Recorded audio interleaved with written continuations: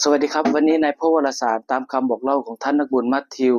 เราเห็นได้ว่าพระเยซูคริสต์เจ้าบอกกับเราในช่วงเทศกาลมหาพรว่าถ้า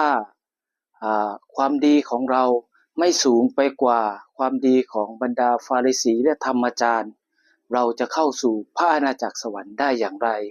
ซึ่งเราเห็นได้ว่าในตัวอย่างของพระเยซูคริสต์เจ้ายกตัวอย่างมาให้กับเราก็คือตอนที่พระเยซูคริสต์เจ้าบอกว่าถ้าเราปักปำหรือว่าใช้คำพูดการกระทำร้ายคนอื่นตัดสินคนอื่นเป็นเหมือนศาลเตี้ยอย่าทำดังนั้นพระเยซูคริสต์เจ้าเชิญชวนให้เราในช่วงเทศกาลมหาพรนี้พยายามสำรวจจิตใจเราพยายามสำรวมกายวาจาใจและสำรวจกิจกรรมหรือว่าการกระทำของเราเนี่ยอยู่ในศีลในพรของพระเจ้ามากน้อยเพียงใดข้อที่สองก็คือเมื่อเราเนี่ยมีข้อบาดหมางกันหรือว่าทะเลาะกันเนี่ย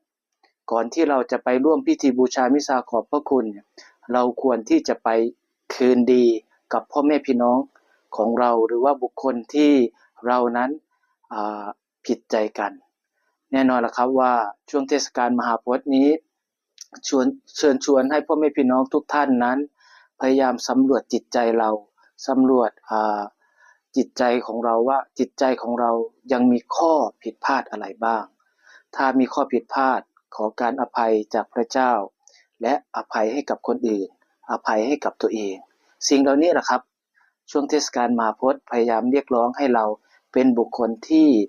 อภัยให้กับคนอื่นง่ายดังนั้นขอให้พระวรสารในวันนี้ช่วยเหลือเราในการเป็นบุคคลที่อภัยรักและเมตตาให้กับคนอื่นอยู่เสมอแล้วเรานั้นก็จะเห็นความรักของพระเจ้าเราก็จะก้าวเข้าสู่เทศกาลปัสกาโดยการชนะบาปผิดต่างๆได้เหมือนกับพระเยซูคริสต์เจ้านั่นเองขอพระเจ้าอวยพร